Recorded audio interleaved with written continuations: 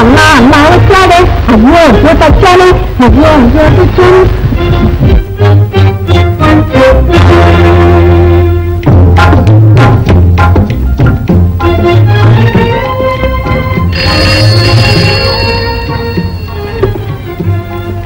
Hello, నేనే bye.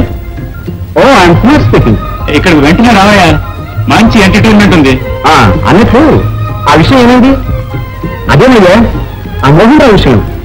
వాడి సంగత మన వాళ్ళు వాడి మీద ఒక కన్నేసి ఉంచారులే.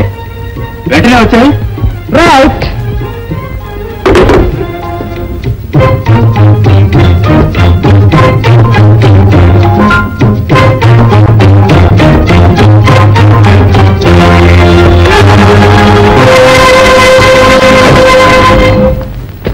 భగవంతుడా, నా మళ్ళీ వాడు వెతికిపోయాడు. చంపే ఎంత కష్టం వచ్చింది.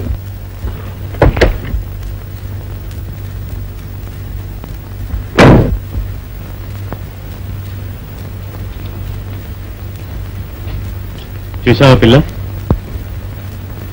ఒక్క చిరునవ్వుతో మాతో చేయగలిపావంటే నీ ఒళ్ళంతా వజ్రాలతో కప్పాను. ఖుషిగా కులాసాగా మా ఎదుట డాన్స్ చేసి మా కార్నివాల్లో చేరావంటే ఇదంతా నీదే. బాగా ఆలోచించుకో, ఆలస్యం చేయకు.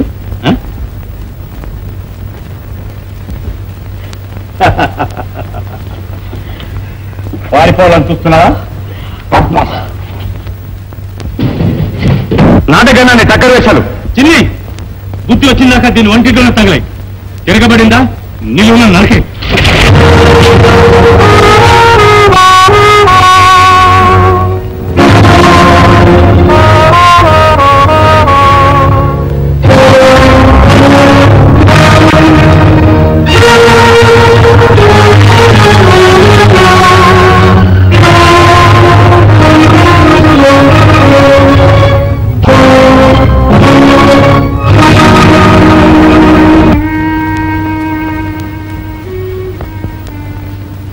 అన్నయ్య. ఓహో, ఇన్స్పెక్టర్ గారా, మీ హోదా చూపించడానికే వచ్చారా? నేను ఇప్పుడు ఇన్స్పెక్టర్ గా రాలేదన్నయ్య, నీ తమ్ముడుగానే వచ్చాను. ఈ కూలీలకి దొంగతనాలకి కారణమైన బందిపోటు దొంగల రహస్యాన్ని నువ్వెందుకో దాచి పోలీసు పనికి చాలా ఇబ్బంది కలిగిస్తున్నావు. ఈ కూలీ కానీ దొంగతనం కానీ నువ్వు చేయలేదని నాకు బాగా తెలుసన్నయ్య. ఏమిటి దౌర్జన్యం? నిజాన్ని తెలుసుకునే నిరంతర దీక్షలో ఎందరో అమాయక జీవులు అన్యాయంగా ఆపదల్లో పడతారు. ఆ అమాయకులు రక్షించి దుర్మార్గుల్ని శిక్షించడమే మా జీవిత లక్ష్యం. ఆ లక్ష్యం సాధిస్తానే వదిలికి మాటిచ్చాను. ఆఖరిసారిగా అడుగుతున్నాను, చెప్పన్నయ్యా, ఆ పంపిపోటు దొంగలకు నీకు ఏ సంబంధం? ఏ సంబంధం లేదు. ఏది నీ తమ్ముడు చేతిలో చేయవలసి అమారు చెప్పు. ఇన్స్పెక్టర్ గా నిరూపించలేని నేరాన్ని తమ్ముడిగా నా చేత ఒప్పిద్దామనుకున్నావా? అన్నయ్య, నువ్వు సరిగా అర్థం చేసుకోవడం లేదు. తండ్రి లేని లోటు లేకుండా చిన్నప్పటి నుంచి నన్ను పెంచి విద్యాబుద్ధులు చెప్పించి బిఏ వరకు చదివించింది ఎవరు? నువ్వు. ప్రజాక్షేమం ప్రజాసేవ జీవిత లక్ష్యంగా గల ఈ పోలీసు ఉద్యోగంలో నన్ను చేర్పించింది ఎవరు? నువ్వు. ఈనాడు నా చేత అన్యాయంగా ఒక అమాయక జీవిని చేతికి బేడీని వేయించి జైల్లో పెట్టించింది ఎవరు? నువ్వు. ఇదంతా నీ మూలంగానే జరిగింది. నిజాన్ని దాచిపెట్టి నీ వారినంతా నీ నరకయాత్ర పెడుతున్నావు. అన్నయ్య, నీ కాళ్ళు పట్టుకుంటాను. ఇప్పటికైనా నిజం చెప్పన్నయ్యా. నా కోసం కాకపోయినా వదిలి కోసం, రాజు కోసమైనా నిజం చెప్పన్నయ్యా. అన్నయ్య, అన్నయ్య, ఈ ఉద్యోగం వదిలేసి నా మాట విని ఈ పని మానేసి ఎక్కడికైనా వెళ్ళిపో మోహన్. పారిపో మోహన్, పారిపో. నేను రిక్షారావుడి తమ్ముణ్ణి. జయమ్ము నిశ్చయమ్మురా, భయమ్ము లేదురా, జంకు బంకు లేక ముందు సాగిపోమ్మురా అనే సూత్రాన్ని నువ్వే నాకు ఉగ్గుపాలతో లేపావు. నేను ఈ ఉద్యోగం వదలను. ఆ దొంగలతో అంతు చూసేదాకా నా ప్రయత్నం వదలను. ఆ రోజు ఈ రిక్షా ఎక్కింది ఎవరు? నాకు తెలియదు. ఎక్కడెక్కారు? నాకు తెలియదు. నేను పిస్తోల్తో ఎందుకు కాల్చారు? నాకు తెలియదు. దెబ్బతిన్న తర్వాత ఏం జరిగింది? నీకు తెలియదు. నిన్ను వాళ్ళు ఎక్కడికి తీసుకెళ్లారు? నీకు తెలియదు. నీ రిక్షా ఎక్కడ దొరికింది? అందరికీ తెలుసు. బంజారీ కొండల దగ్గర రోజులు. థ్యాంక్స్. అదే నాకు కావాల్సింది. అక్కడికి నేను వెళ్ళాను. మోహన్, అక్కడే నీ కష్టం జరుగుతుంది. మోహన్, అక్కడే నువ్వు దెబ్బతిని పడిపోయావు. అక్కడే నీ రిక్షా దొరుకుతుంది కనుక అదే వాడు ఉండేది. వస్తాను మళ్ళా. అడిగి మోహన్, వాళ్ళు తెగించే హంతకులు నా మాట విను. కాల్చి ఎక్కడి కాల్ చేస్తాను. ఎక్కడి నుంచి ఇంత అర్థం చూస్తున్నావు? రాణి ఎక్కడికి వెళ్ళిందో నీకైనా తెలుసా? రాణి నిన్నే అడుగుతున్నది. రాణి ఇంట్లో కనిపించడం లేదు. కనిపించడం లేదు? అయితే ఇది ఆ మోహన్ గారి పని. వాడి సంగతి నేను తేలుస్తాను. ఎవరు? మోహన? నా మీద చేయి వేశావంటే నా చరమే నీకు తగ్గుతుంది. జాగ్రత్త రాక్షసుడు. రాక్షస వివాహం నీకు ఇష్టం లేకపోతే శాస్త్ర ప్రకారంగానే పెళ్లి చేసుకున్నాం. ఏమంటా? నీ మనిషివా పశువా? రాణి పాలించి నీ సరసం సాహసించి సింహంలో గోడకు జరగొట్టావు. ఎత్తు వేసి మమ్మల్ని చిత్రీయాలని వచ్చావు. మా రహస్యం తెలుసుకున్న నిన్ను ఊరికే వదిలేస్తాం అనుకున్నావా? అట్టే పెట్టి చేయకుండా గుట్టుగా నన్ను పెళ్లి చేసుకుని హాయిగా కాపురం చేయి. కాదంటావా? ఖబర్దార్.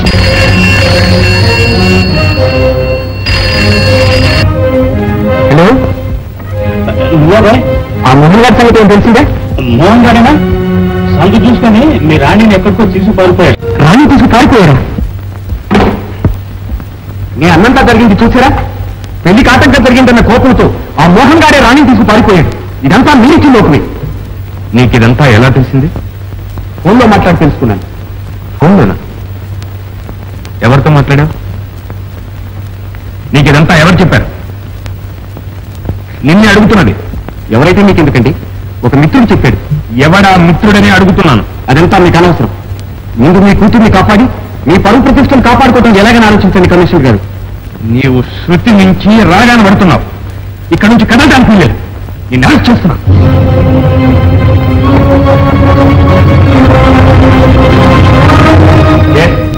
ఇన్స్పెక్టర్, వెంటనే నలుగురు పోలీసులతో బయలుదేరా.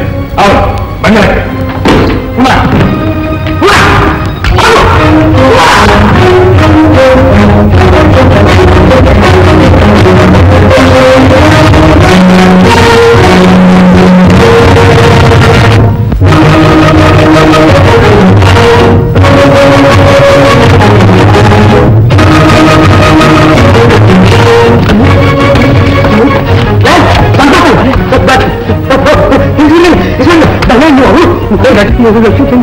ఇక్కడ వచ్చారా? ఏం జరిగింది?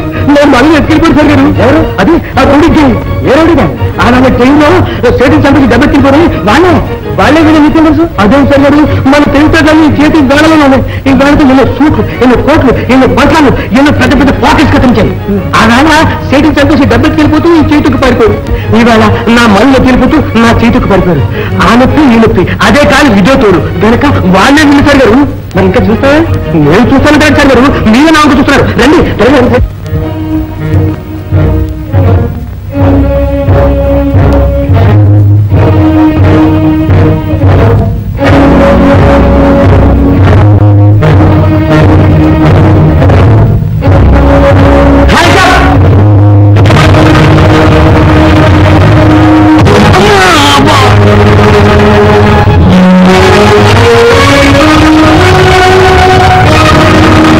నువ్వు నా రాణివయ్యావంటే నిన్ను మహారాణిని చేస్తాను. హాయ్ హాయ్, అలా గుర్తు చేయడంలోనే ఉంది ఆడదాని అందమంతా.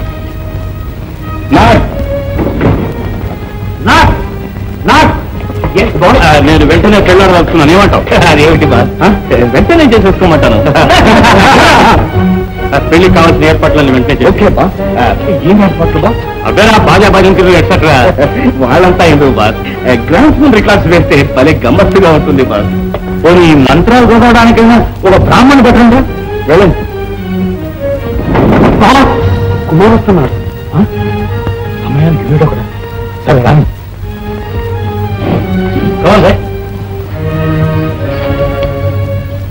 మా నాన్నగారికి నాకు పెద్ద గొడవ జరిగింది. మనస్వరాలు వచ్చేసి అయితే నీతో మాకు అవసరం తీరిపోయింది అనమాట. ఏమన్నా? ఏం లేదు, ఇప్పుడు అవసరం ఇక్కడే ఉంది.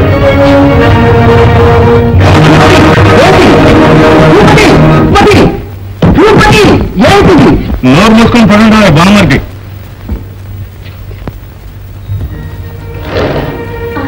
మీరా బాబు ఇంత అర్ధరాత్రిగా వచ్చారే రండి కూర్చోండి బాబు. కూర్చోడానికి అవకాశం లేదు. అదేంటి బాబు అంత దిగులుగా ఉన్నారు? మీ రాణి అబ్బాయి కులాసైనా? అదేనమ్మా, విషయం అంతా వింటే నువ్వు కూడా బాధపడక తప్పదు. నేను చాలా ఆపదలో ఉన్నాను, మీ సహాయం కొరవచ్చాను. మీరు తండ్రి వంటి వారు, ఏం చెయ్యాలో చెప్పండి, తప్పకుండా చేస్తాను. ఏం చెప్పనమ్మా, రాణి మోహన్ ఉన్నపాటును మాయమయ్యారు. ఏమిటి? అవునమ్మా, మోహనే రాణిని ఎక్కడికో తీసుకువెళ్ళాడని పుకార్లు కూడా బయలుదేరాయి. మోహన్ భగవంతుడా, మళ్ళీ ఏంటి పరీక్ష? నేను ఇది నమ్మలేదు, కానీ వాళ్ళిద్దరూ దుర్మార్గుల చేతుల్లో చిక్కుపడ్డారని అనుమానం. ఏమైపోయారు, ఈ ఆపదలో చిక్కుపడ్డారని నేను తలగిలిపోతున్నాను.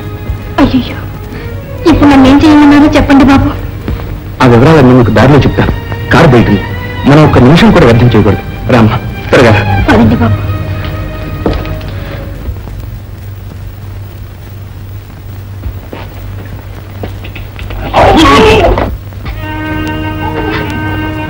లక్ష్మి,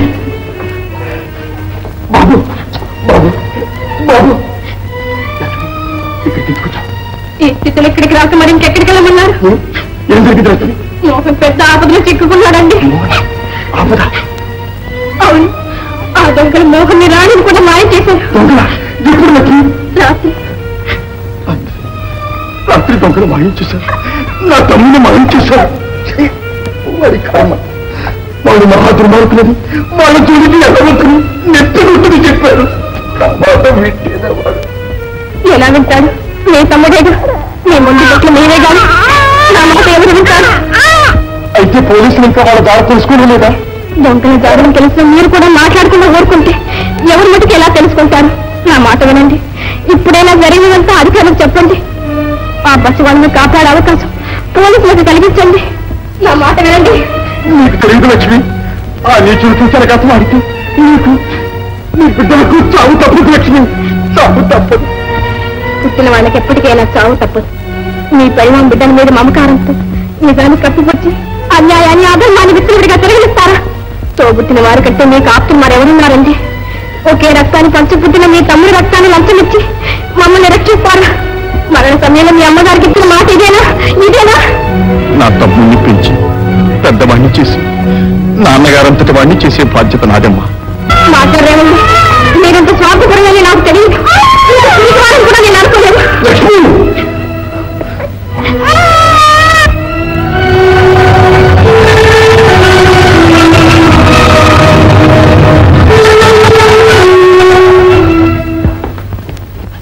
తిన్నమ్మా, ఏమిటి ఆలస్యం? రానికి ఇంకా భోజనం తీసుకెళ్ళాలా? వస్తున్నానండి.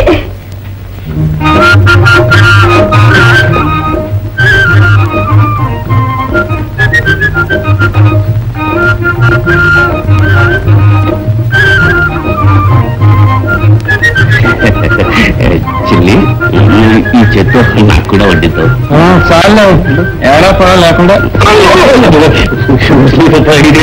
నీ వంటలాగానే ఉంది నీ సరసం కూడాను.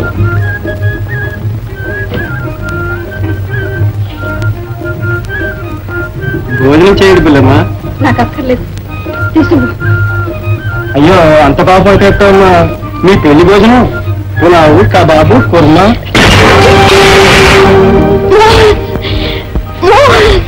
రాణి,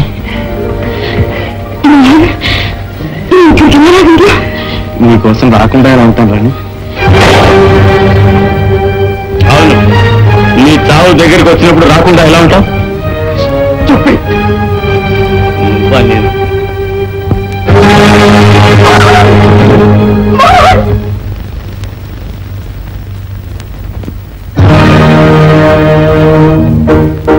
రాణి, ఎంకితనం చేసి ప్రయోజనం లేదు. బాగా ఆలోచించుకో. మర్యాదగా నన్ను పెళ్లి చేసుకో, లేదా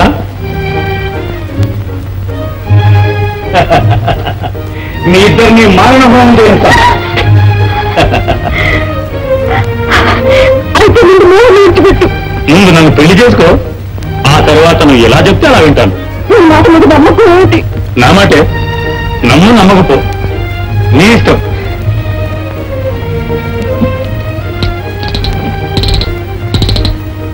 నేను ఈ పెళ్లి ఒప్పుకుంటున్నాను.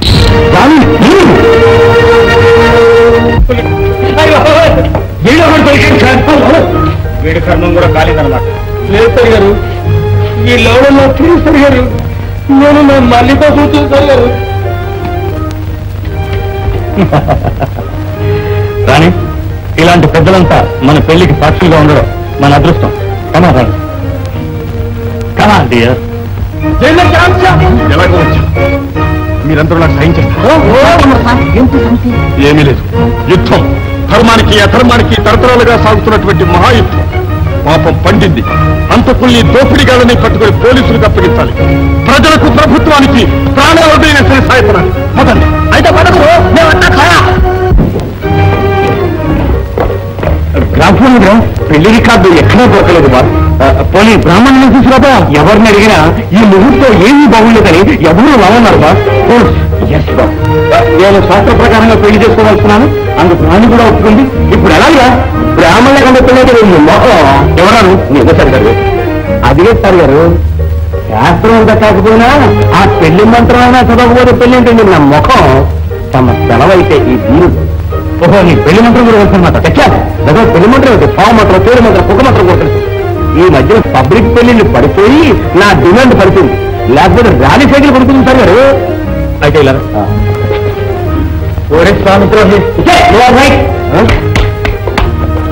ఇదిగో, మన పెళ్లి ముక్తసరిగా జరిపించామంటే నీకు ఫస్ట్ క్లాస్ అని బహుమతి ఇస్తాను. అలాగే సార్ గారు. కానీ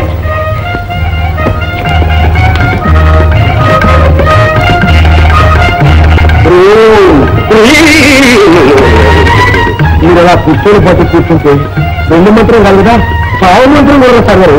పైగా రెండు పీఠం మీద ఆయుధం బట్టి కూర్చోడు శాస్త్ర సమ్మతం కాదని మా శుక్రాచార్య వారు సెలవిచ్చారు. చెప్తాను. అయితే జోలో పెట్టుకుంటాను. మనస్తు శుభమస్తు. దీర్ఘ సుమంగళి. చూడండి, నాకేం కదండి, నవ్వుతూ ఆ అమ్మాయి కొన్ని చేతులు పట్టుకుని నమస్కారం చేయండి నాకు. చేయండి.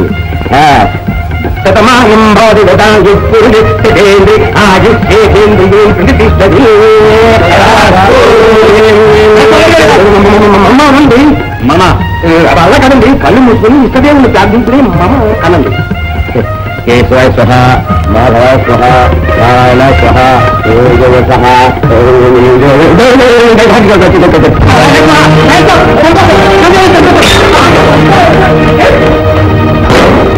అందరం చేరుకోవాలి. అడవండి, దగ్గరికి వచ్చాను. సంతోషం జరగండి. సంతోషం లేకపోతే అదే ఉంటే అక్కడ ఉండండి. కలవండి, కలవండి.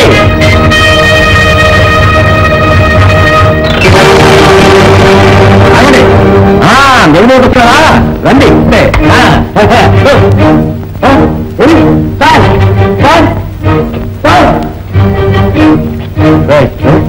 ఏంట్రా గోబర్ ఇది చెయ్యాలి.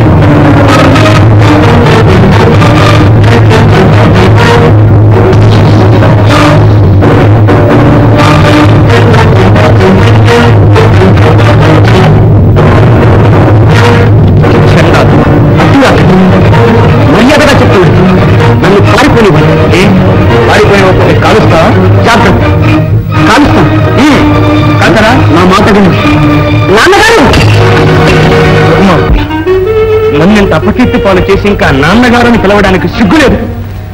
రివాల్వర్ చూపించగానే భయపడతాననుకున్నావా?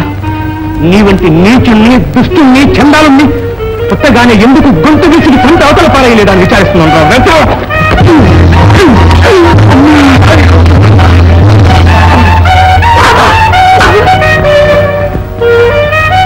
సుబ్రహ్మణ్యం, నేను అరెస్ట్ చేయండి. వీడు నా కొడుకుని చెప్పుకోవడానికి సిగ్గుగా ఉంది. నాకే అధికారం ఉంటే నడి బజార్లో నిలువునా వీడిని చిత్రాలు చేసేవాడిని.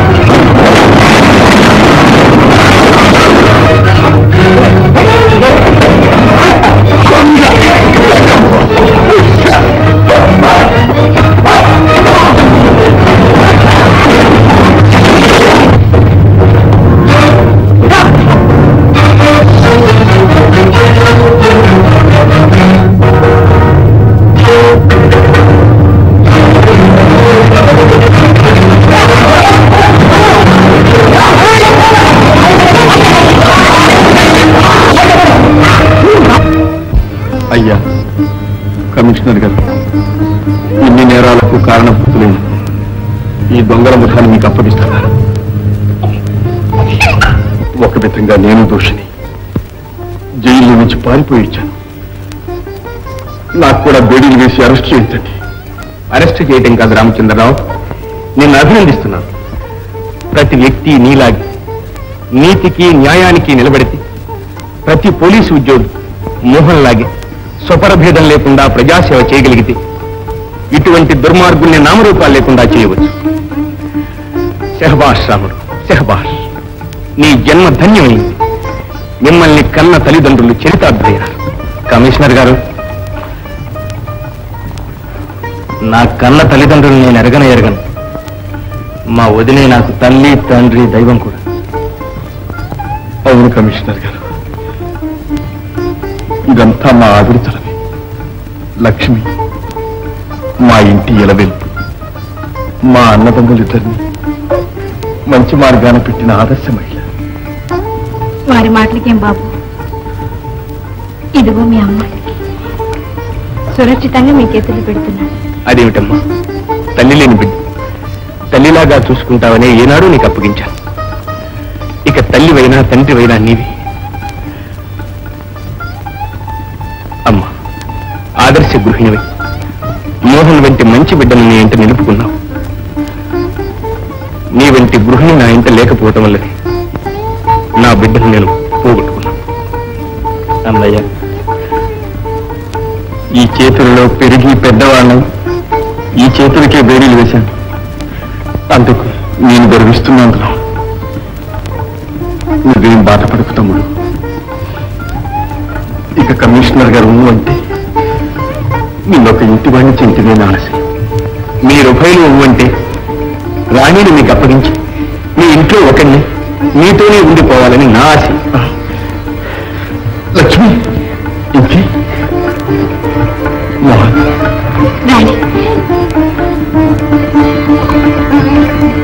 చూడు, భార్యాభర్తలంటే అలా ఉండాలి. వెళ్ళి వాళ్ళ కాళ్ళకి నమస్కారం చేయి. ఎందుకు? కాస్త బుద్ధిగా వస్తుంది. నా ఒక్కడికి బుద్ధి వస్తుంది అంటే పోయి ఇద్దరు జాయింట్ గా నమస్కారం చేద్దాం. ఆ బుద్ధి ఇద్దరికి జాయింట్ గా వస్తుంది. అక్కయ్య, సారీ సార్ గారు, నువ్వే బావయ్య, బావయ్య అలాగే పని పని ఆశతో బాబు ఒప్పించండి కదా, దీవించండి.